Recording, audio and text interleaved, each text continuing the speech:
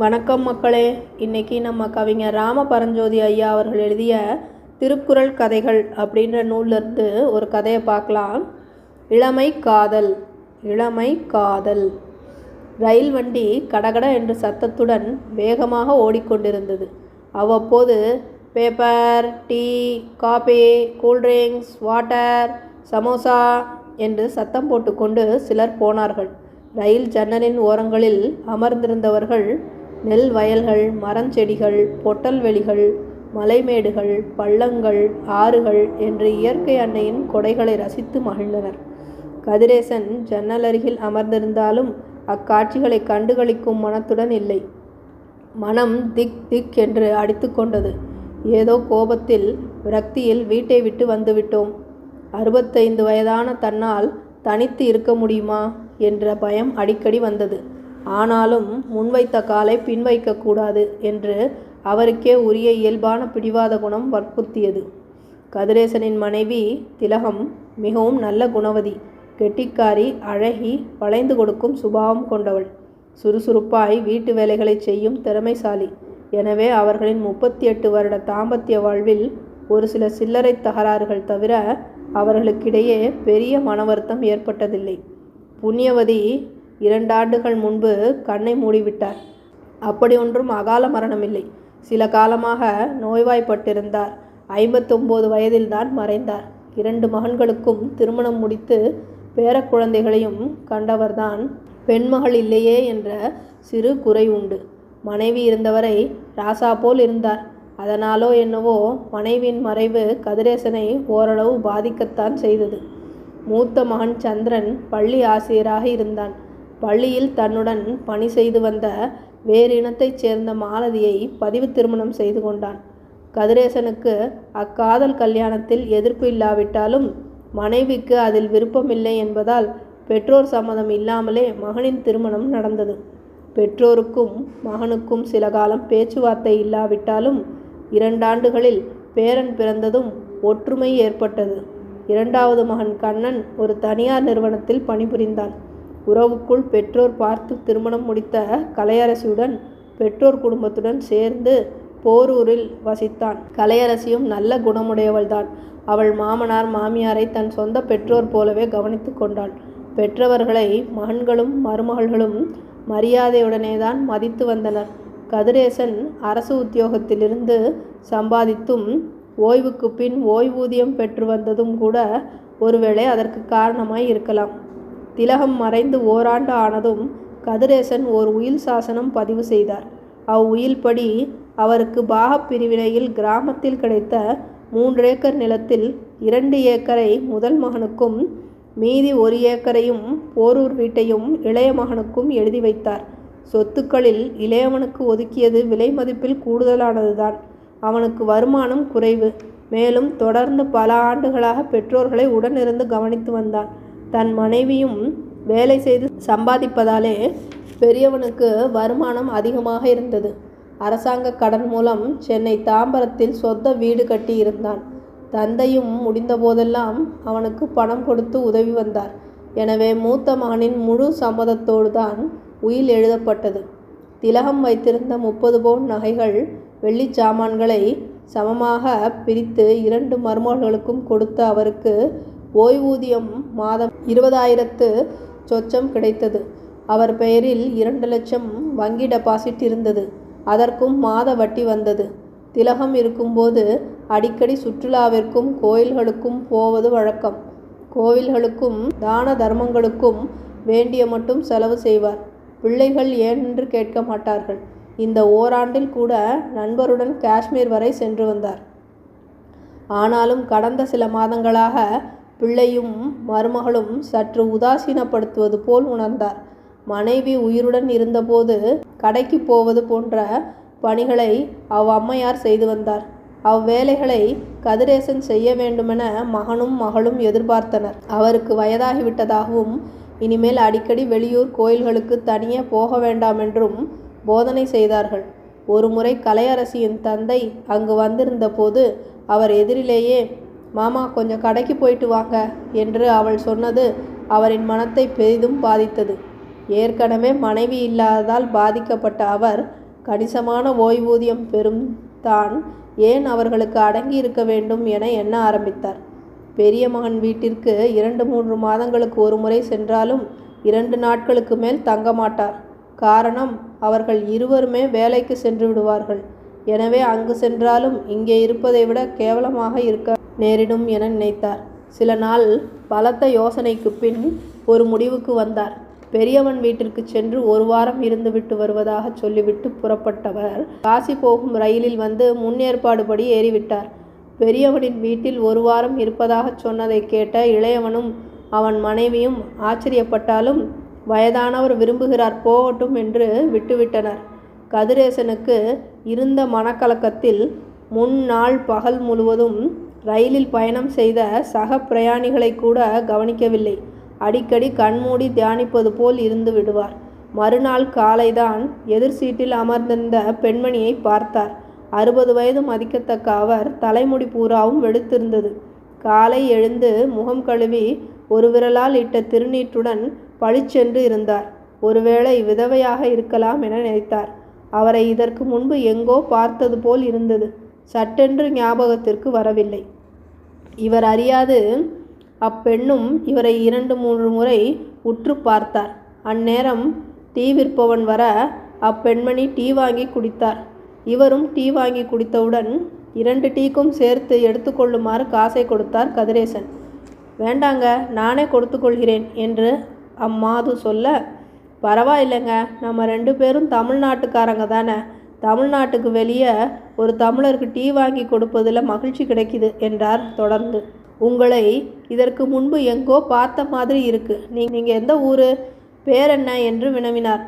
தான் நினைத்தது சரியாக இருக்கும் என்று ஊகித்த பெண்மணி, நீங்கள் கதிரேசன் சார் தானே என்று வினவினார். ஆமாம், நீங்கள் என்று இழுத்தார். நான் தான் வள்ளி என்று பதிலுரைத்தாள் அம்மாது. ராணிமங்கலம் வள்ளியா? இந்த 40 வருடத்தில் ரொம்ப மாறிட்டுருக்கியே. ஆமாம், இப்போ எங்கே போயிட்டுருக்க என கதிரேசன் வினவினார். காசிக்கு என்று பதில் வந்தது. தனியாகவா என்றவரை, ஆமாம், நீங்கள் என்று பெண்மணி கேட்க, நானும் காசிக்குத்தான் போகிறேன் என்று பதிலளித்தார் கதிரேசன். நேற்று ஒரு பகல் முழுவதும் ஏதும் பேசிக்கொள்ளாமல் வந்த இருவரும் தற்போது தொடர்ந்து பேசுவதை ஒரு சிலர் ஆச்சரியத்துடன் பார்த்தனர். வண்டி முன்னோக்கி போக இருவரும் அமைதியாக அமர்ந்திருந்த போது இருவர் மனங்களும் பின்னோக்கி ஓட ஆரம்பித்தன. அப்போது கதிரேசனுக்கு 23 வயது.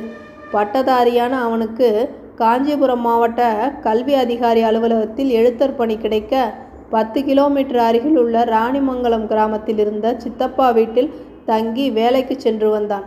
மாதம் 2 நாட்கள் செய்யூர் அருகில் இருந்த தன் கிராமத்திற்கு சென்று தங்கி வருவான். சித்தப்பாவுக்கு 5 ஏக்கர் நிலம் இருந்தது. கிணற்று பாசனம்தான். ஆண்டிற்கு 1 போகம்தான் நெல் விளையும். மற்ற காலங்களில் நிலக்கடலை, கனகாம்பரம், காய்கறிகள் போன்றவை பயிராகும். வள்ளிக்கு அப்போது 18 வயது. 7வது வரை படித்தவள். தாயார் மறைந்ததும் படிப்பை நிறுத்திவிட்டாள். அவ்வப்போது சித்தப்பாவின் வயலுக்கு வந்து வேலைகள் செய்வாள். அவளின் தந்தைதான் மேஸ்திரி போல் இருந்து சித்தப்பாவின் எல்லா வயல் வேலைகளையும் பார்த்து வந்தார். கதிரேசன் சொந்த ஊருக்கு செல்லாத விடுமுறை நாட்களில் வயலுக்கு சென்று பார்வையிடுவான். அந்நாட்களில் சித்தப்பா ஓய்வெடுத்துக் கொள்வார். வள்ளி பளிச்சென்று இயற்கை அழகுடன் இருந்தாள். கதிரேசனை விட வள்ளி சற்று சிவப்பு நிறமாக இருந்தாள். கதிரேசனும் அழகன்தான். இள வயது ஒருவரை மற்றவர் பால் இழுத்தது. அவ்வப்போது 2 பேரும் சந்தித்து பேசிக்கொள்வார்கள் என்றாலும் எல்லை மீறல் இல்லை. திருமணம் செய்து கொள்ளலாம் என்று மனதில் நினைத்திருந்தான். வள்ளி அன்று கனகாம்பரம் செடிகளுக்கு களை எடுத்து கொண்டிருந்தாள். கூட யாரும் இல்லை. அப்போது அங்கு வந்த கதிரேசன் சற்று முற்றும் பார்த்து யாரும் இல்லை என்ற தைரியத்தில் தன் எண்ணத்தை வெளியிட்டான். வள்ளி மனதுக்கு அது பிடித்திருந்தாலும், அதெல்லாம் நடக்காது சார். அப்பாவுக்கு தெரியாமல் நான் உங்கள் எண்ணத்திற்கு சம்மதிக்க மாட்டேன். தாயில்லாத என்னை அவர் அருமையாக பார்த்து கொள்கிறார். ஒருவேளை அவரிடம் நீங்கள் சொன்னதை தெரிவித்தாலும் எஜமான விசுவாசத்தால் ஒப்புக்கொள்ள மாட்டார். ஊர்க்காரர்களும் எதிர்ப்பார்கள். உங்களுக்கு சொந்தத்தில் படித்த வசதியான பெண்கள் கிடைப்பார்கள் என்று எஜமான் உங்களை பற்றி பெருமையாக பேசி வருகிறார். தயவுசெய்து உங்கள் எண்ணத்தை மாற்றிக்கங்க. இன்னொரு முறை நீங்கள் இப்படி பேசினா வேலைக்கே வரமாட்டேன், நின்றுடுவேன் என்று மறுமொழி பேசினாள். போக மனசில்லாமல் அவனும் விலகினான். இருவரும் பேசியதை வேலிக்கு மறுபுறம் நின்றிருந்த ஒரு பெண் கேட்டுக்கொண்டிருந்தாள். அவள் அப்படியே திரும்பிச் சென்று முதலாளியை தனியே அழைத்து நடந்ததை சொன்னாள். செய்தி கேட்ட சித்தப்பா அதிர்ந்து போயிட்டார். சற்று சுதாரித்து, ரொம்ப நல்லது செய்தாய். இதை பற்றி நீ யார்கிட்டையும் மூச்சு விடாத. தப்பி தவறி யார்கிட்டையாவது சொன்னால் என்ன நடக்கும்னு உனக்கே தெரியும். சாயந்தரம் வேலையை முடிச்சிட்டு போகும்போது கூலியோட 100 ரூபா சேர்த்து வாங்கிட்டு போ, ஜாக்கிரதை என்று எச்சரித்து அனுப்பினார். எனக்கு தெரியாதா எசமா, நாங்கள் காலங்காலமாக உங்கள் உப்பை தின்றவங்க. நன்றி மறக்க மாட்டோம். நீங்கள் இதை முளையிலேயே கிள்ளி எரிஞ்சிடணும். அதுக்காகத்தான் சொன்னேன். உங்கள் கௌரவம், அந்தஸ்து, மரியாதை என்னைக்கும் குறையவோ குலையவோ கூடாது என்று சொல்லி அவள் புறப்பட்டாள். பொங்கல் விடுமுறைக்கு ஊருக்கு சென்று திரும்பி இருந்தான் கதிரேசன். அந்த சனி ஞாயிறு 2 நாளும் வள்ளியை பார்க்க முடியவில்லை. அவள் தந்தையையும் காணவில்லை. கனகாம்பர செடிக்கு தண்ணீர் விட்டு கொண்டிருந்த புதிய ஆளிடம் மெல்ல பேசிய போது வள்ளிக்கு அவள் தாய் மாமனோடு திருமணம் நிச்சயமாகி தகப்பனும் மகளும் ஊரை விட்டு போய்விட்டதாக தெரிந்து கொண்டான். எந்த ஊருக்கு போனார்கள் என்று யாருக்கும் தெரியாது என்று அந்த ஆள் சொன்னான். கதிரேசன் அதிர்ச்சியுடன் திரும்பினான். சித்தப்பா வள்ளியின் தந்தையை அழைத்து நடந்த சம்பவங்களை கூறி எச்சரித்து 3000 கையில் கொடுத்து 2 நாளில் ஊரை விட்டு காலி செய்து போக வைத்தது ஊரில் யாருக்கும் தெரியாது. கதிரேசன் வள்ளி போன அதிர்ச்சியிலிருந்து மீள முடியாமல் தவித்தான். சரியாக சாப்பிடாமலே வேலைக்கு போய் வந்தான். உடல் நலமில்லை என்று 1 வாரம் விடுப்பு கூட போட்டான். சித்தப்பா ஒன்றும் கண்டுகொள்ளவில்லை. வள்ளியை நினைத்து இனி ஒரு பயனும் இல்லை என்று உணர்ந்த கதிரேசன் சித்தப்பாவின் தூண்டுதலால் பெற்றோர் பார்த்து முடித்த உறவு பெண் திலகத்தை அடுத்த சித்திரையில் கைப்பிடித்தான். வாரணாசியை வண்டி அடைந்ததும் இருவரும் இறங்கி அருகிலுள்ள உணவகத்தில் மதிய உணவு சாப்பிட்டு கொண்டிருக்கும் போது, இப்போ எங்கே போவதா உத்தேசம் என கதிரேசன் வினவ, காசியில் அனாதைங்க தங்குற சத்திரம் எதிலாவது நிரந்தரமாக தங்கலான்னு எண்ணத்தில் தான் வந்தேன் என்ற பதில் கிடைத்தது. அவளும் தன்னை போல விரக்தியான எண்ணத்தில்தான் வந்திருக்கிறாள் என்று நினைத்தவர், மேலே உன் கதையை சொல், நமக்கு பொழுது போக வேண்டாமா என்றான். வள்ளியும் சொல்ல ஆரம்பித்தார். 2 ஆண்டுகளுக்கு முன்பு கணவன் இறந்திட வீட்டு வேலை செய்து வாழ்வதாகவும் தெரிவித்தாள். திருமணமான ஒரே மகளுடன் தங்கவும் வழியில்லாமல் அவளிடம் கூட சொல்லாமல் ஊரில் இருந்த குடிசை வீட்டையும் 8000 ரூபாய்க்கு விற்று ரயிலுக்கும் கைச்செலவுக்கும் எடுத்துக்கொண்டு கிளம்பியதாக கூறினாள். ஆமாம், இப்போ நீங்கள் எங்கே போறீங்க என்று வள்ளி வினவினார். கதிரேசன் தன் கதையை கூறி தானும் காசி செல்வதாக கூறினார். மேலும், என்னுடைய நண்பன் ஒருவன் ஏற்கனவே காசியில் இருக்கும் முதியோர் இல்லத்தில் சேர்ந்திருக்கிறான். அன்னை சாரதா தேவி அறக்கட்டளை அந்த இல்லத்தை நடத்துகிறாங்க. வசதி படைத்தவர்கள் பணம் செலுத்தி தனி அறையில் தங்கலாமாம். சில பேர் கையில் உள்ள மொத்த பணத்தை 2-3 லட்சங்கள் கொடுத்தோ அல்லது என்னை போல் பென்ஷன் வாங்குறவங்க மாதம் பணம் செலுத்தி தனி அறையில் இருக்கலாம். ஏழைங்க இலவசமாக தங்க 4 பெரிய அறைங்க இருக்காம். ஒவ்வொரு அறையிலும் 20 பேர் தங்கலாம்னு சொன்னார். என்னுடைய பென்ஷன் பணத்தில் மாதம் கட்டி தங்கலாம்னு போகிறேன். நீயும் அங்கேயே வந்து இலவசமாக தங்கிக்கலாம் என்றார் கதிரேசன். காசியில் எங்கே போய் தங்குவது என்று அறியாமல் பயணம் செய்து கொண்டிருந்த வள்ளிக்கு அவர் பேசியது ஆறுதல் அளித்தது. நீங்கள் சொல்கிறபடி செய்யலாம். ஆனால் உங்களை பொறுத்த வரைக்கும் 2 மகன்கள் ஓரளவு வசதியோடு இருக்காங்க. உங்களுக்கும் மாத பென்ஷன் கிடைக்குது. நீங்கள் அட்ஜஸ்ட் செய்துட்டு உங்கள் பிள்ளைங்க யாராவது ஒருத்தரோட தங்கிக்கிறது நல்லதுன்னு தோணுது. உங்கள் எண்ணத்தை மாற்றிட்டு ஊர் திரும்ப பாருங்க என்றார் வள்ளி. நான் முன்வைத்த காலை பின்வைக்க மாட்டேன். நான் நல்லா யோசிச்சு தான் இந்த முடிவுக்கு வந்தேன். நான் என்னுடைய சொத்துக்களை பிரித்து 2 பசங்களுக்கும் உயில் எழுதி வச்சிட்டேன். இப்போது எனக்கு வர பென்ஷனில் ஒரு பகுதியை முதியோர் இல்லத்துக்கு செலுத்திவிட்டு மீதியை கோயில்களுக்கும் ஏழைகளுக்கும் கொடுத்தா புண்ணியம் சேரும் என்றார். அவர் மனதை மாற்ற இயலாது என்று வள்ளி அறிந்தாள். மறுநாள் இருவரும் காசியில் உள்ள சாரதா தேவி முதியோர் இல்லத்தில் சேர்ந்தனர். கண்ணன் தொலைபேசியில், அண்ணா, போன புதன்கிழமை அப்பா உங்கள் வீட்டுக்கு போகிறதா சொல்லிட்டு புறப்பட்டார். சாயந்தரமே போய் சேர்ந்துட்டதாகவும் ஃபோன் பண்ணினார். ஆனால் இன்றைக்கி அவர்கிட்ட இருந்து ஒரு லெட்ரு வந்திருக்கு. அவர் காசிக்கு போய் அங்கே ஒரு முதியோர் இல்லத்தில் சேர்ந்துட்டதாகவும் தான் திரும்பி வரமாட்டேன்னு எழுதியிருக்காரு. ஒருவேளை நாம் அங்கே போய் அவரை திரும்பி வர வற்புறுத்தினா ஏற்கனவே எழுதின உயிலை கேன்சல் செய்து சொத்தை விற்று பூராத்தையும் முதியோர் இல்லத்திற்கே கொடுத்துடுவேன்னு பயமுறுத்தி இருக்காரு என்றான் தம்பி. எனக்கும் அப்படி ஒரு லெட்ரு வந்திருக்கு. நாம் என்ன செய்ய முடியும்? எல்லாம் விதி. நாம் வருஷம் ஒரு முறை காசிக்கு போய் அவரை பார்த்துட்டு வருவோம் என்று அண்ணன் பதில் கூறினார். கதிரேசன் அவர்கள் இந்த முதிர்ந்த வயதில் உலக நடப்பை உணர்ந்துள்ளார். சொத்துக்கள் மீது, பொருட்கள் மீது, மக்கள், பேர குழந்தைகள் போன்றவற்றின் மீதுள்ள ஆசைகளை துறந்துவிட்டு இறுதி காலத்தில் துன்பமில்லா அமைதி நிலையை தேடிச் சென்றுள்ளார். அவர் செயலை பார்க்கும்போது வள்ளுவரின் 368வது குறள்தான் நம் கண்முன் தோன்றுகிறது. அவா இல்லார்க்கு இல்லாகும் துன்பம் அஃதுண்டேல் தவாவது மேன்மேல் வரும். அவா இல்லார்க்கு இல்லாகும் துன்பம் அஃதுண்டேல் தவா அது மேன்மேல் வரும். ஆசை இல்லாருக்கு துன்பமில்லையாம், ஆசை கொண்டவருக்கு துன்பம் தொடர்ந்து வருமாம் என்கிறார் வள்ளுவர். நன்றி. மீண்டும் வேறு ஒரு கதையுடன் உங்களை சந்திக்கின்றேன்.